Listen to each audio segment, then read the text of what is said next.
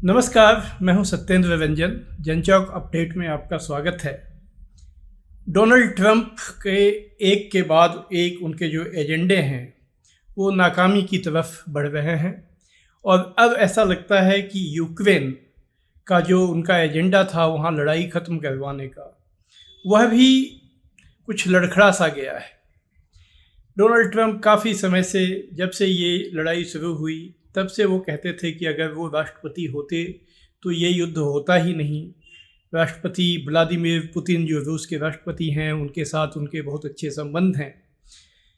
चुनाव जीतने के बाद भी वो कहते थे कि जिस दिन वो व्हाइट हाउस में आएंगे इस युद्ध को रुकवा देंगे, और कुछ उन्होंने कोशिश भी की। इस बात का श्रेय उनको देना होगा। उन्होंने अमेरिका की नीति बदली। रूस की निंदा का जो प्रस्ताव संयुक्त राष्ट्र महासभा में आया उस पर अमेरिका का रुख बदलकर उसके खिलाफ वोट उनके देश ने किया। जेलेंस्की, वोलोदिमीर जेलेंस्की जो यूक्रेन के राष्ट्रपति हैं, उनके साथ जो उनकी व्हाइट हाउस में बातचीत हुई वो तो अब पूरी दुनिया में बहुचर्चित हो चुकी है। और यहाँ तक कि उन्होंने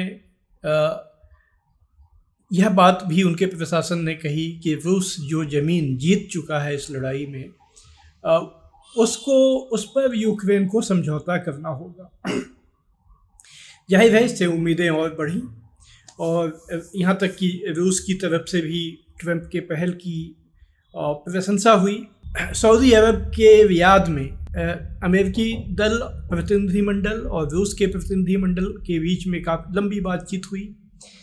अमेरिका की तरफ से उसमें जो शामिल हुए उसमें उनके विदेश मंत्री मार्को रूबियो और उनके जो राष्ट्रीय सुरक्षा सलाहकार हैं डोनाल्ड ट्रंप के माइकल वॉल्च भी शामिल थे।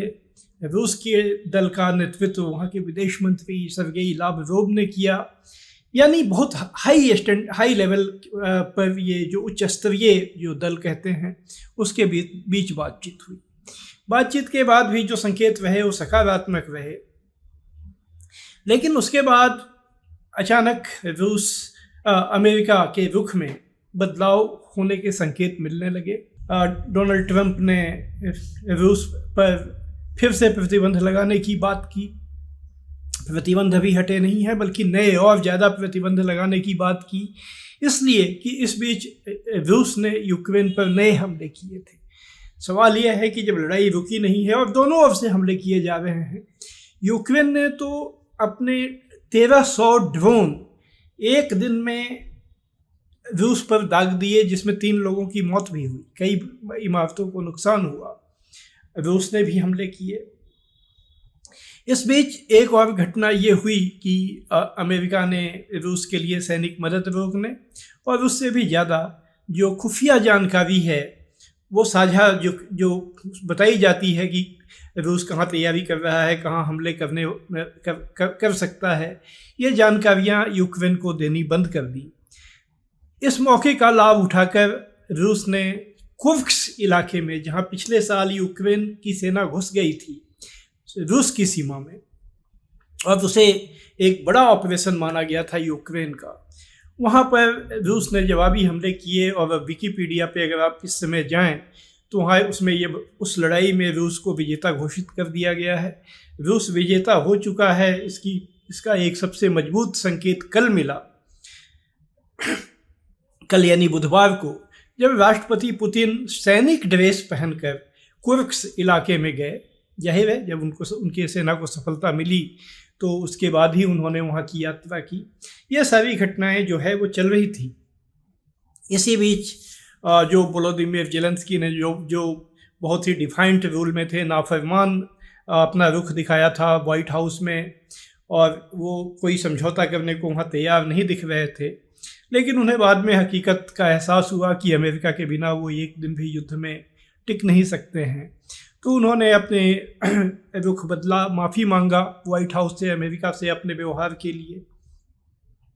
तो अमेरिका उनसे फिर बातचीत के लिए तैयार हुआ और ये बातचीत कल यानी बुधवार को सऊदी अरब में ही हुई, जहाँ पर पहले अमेरिका और रूस की बात हुई थी।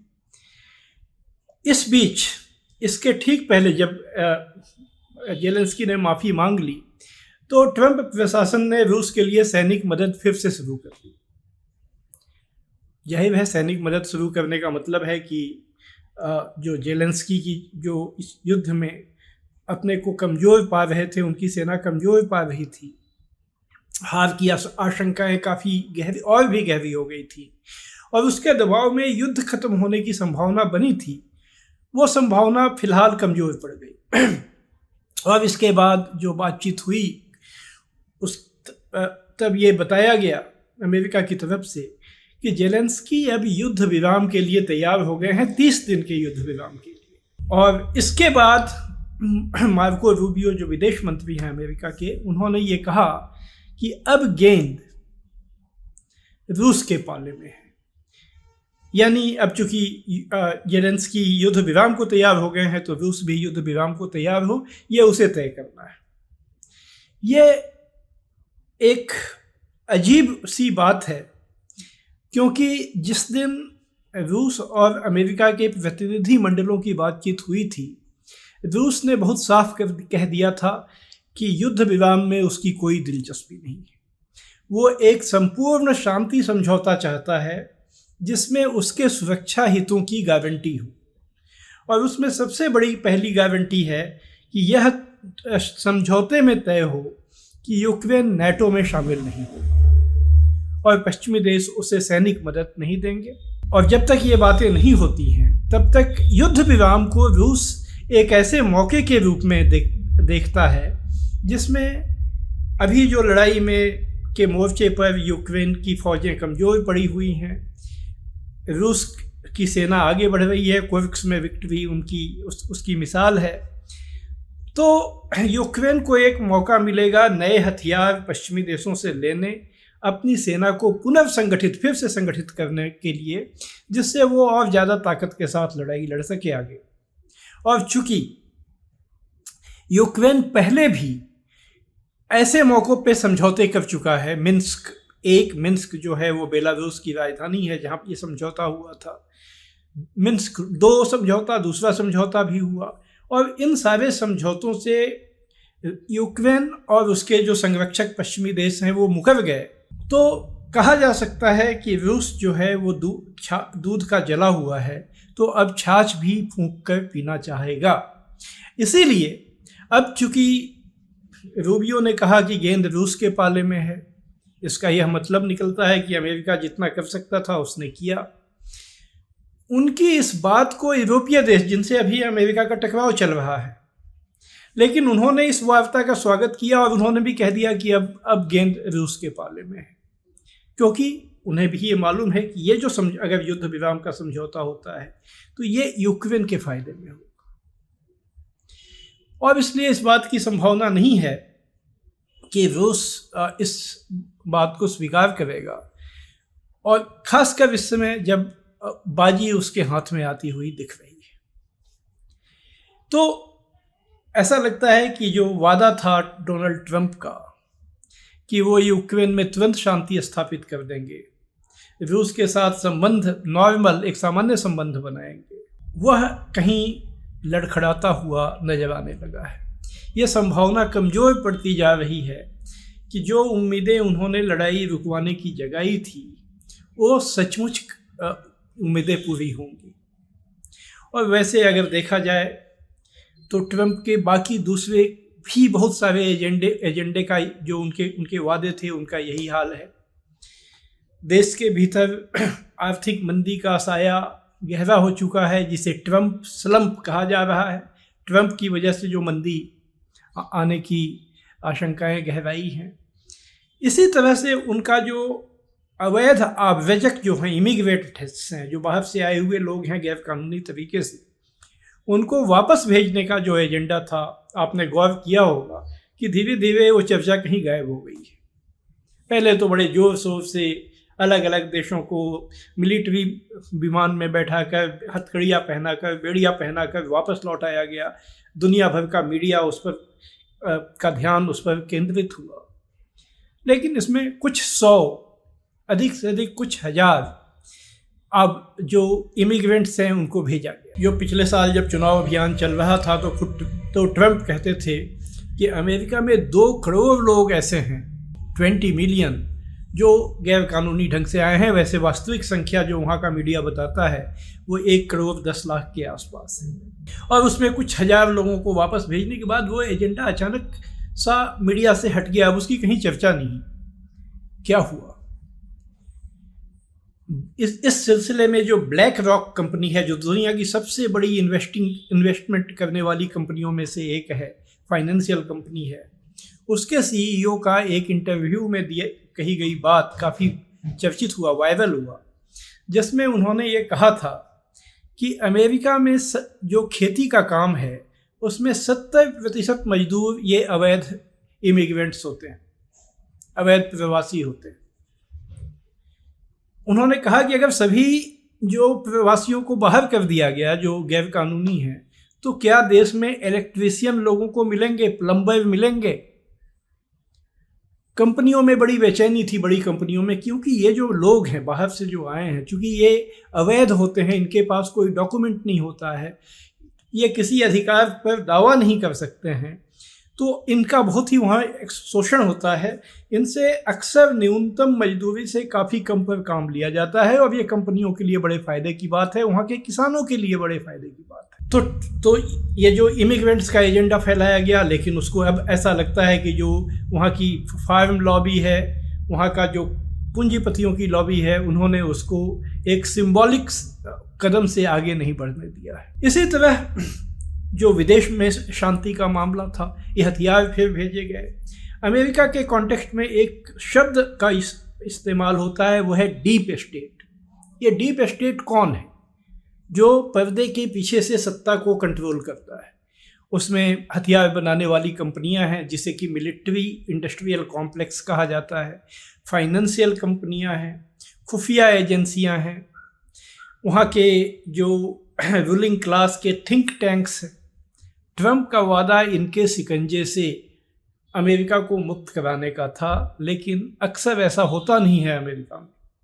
ये डीप स्टेट के वो एक जैसे अष्टवक्र होता है, ऑक्टोपस, वो 8 भुजाओं के साथ वो कहीं ना कहीं से जो राजनेता है उनको दबोच लेता है। पिछले भी टाइम में यही हुआ था डोनाल्ड ट्रंप के साथ में, और इस बार भी वो लगता है कि वो डीप स्टेट के शिकंजे में आकर उसका जो एजेंडा है दुनिया में युद्ध का माहौल बनाए रखने में, उसका जो एजेंडा है जो अवैध ढंग से लोगों का लाकर उनका वहाँ शोषण करने में, ताकि कंपनियों को और जो फाइनेंशियल कंपनियां हैं उनको उनका मुनाफा बढ़े।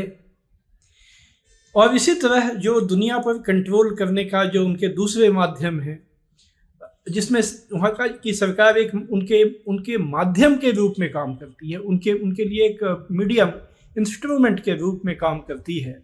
तो इस बार भी जो ट्रंप का सेकंड टर्म है, अभी 2 महीना उनको हुआ नहीं है वाइट हाउस में आए हुए, लेकिन उसके पहले ही वो उसका प्रभाव जाहिर होने लगा है। और चूँकि जो आर्थिक क्षेत्र में उनका वादा था, make America great again, America को फिर से महान बनाने के लिए, और उसके लिए उन्होंने टैरिफ वॉर चलाया, ये जो टैरिफ का युद्ध छेड़ा।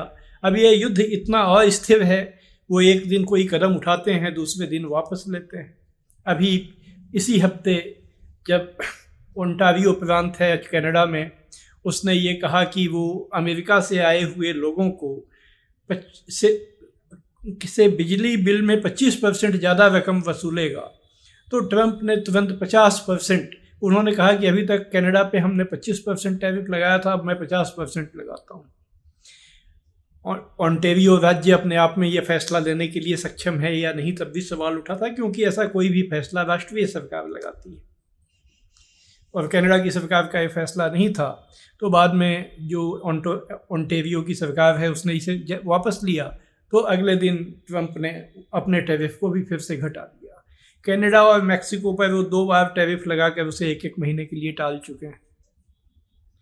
इस बीच यूरोप के साथ जरूर स्टील, इस्पात और एल्युमिनियम पर उन्होंने जो पूरी दुनिया से में जहाँ से भी अमेरिका में स्टील और एल्युमिनियम का आयात होता है उस पर 25% टैक्स लगाया है। तो यूरोपियन यूनियन ने भी उस पर जरूर वो टैरिफ लगाया है। लेकिन इन टैरिफ की वजह से भी अमेरिका में कुछ अपनी समस्याएं खड़ी हो रही हैं। अगर स्टील बाहर से जो आता है वो महंगा हो रहा है, उसका असर कार कंपनियों पे पड़ रहा है।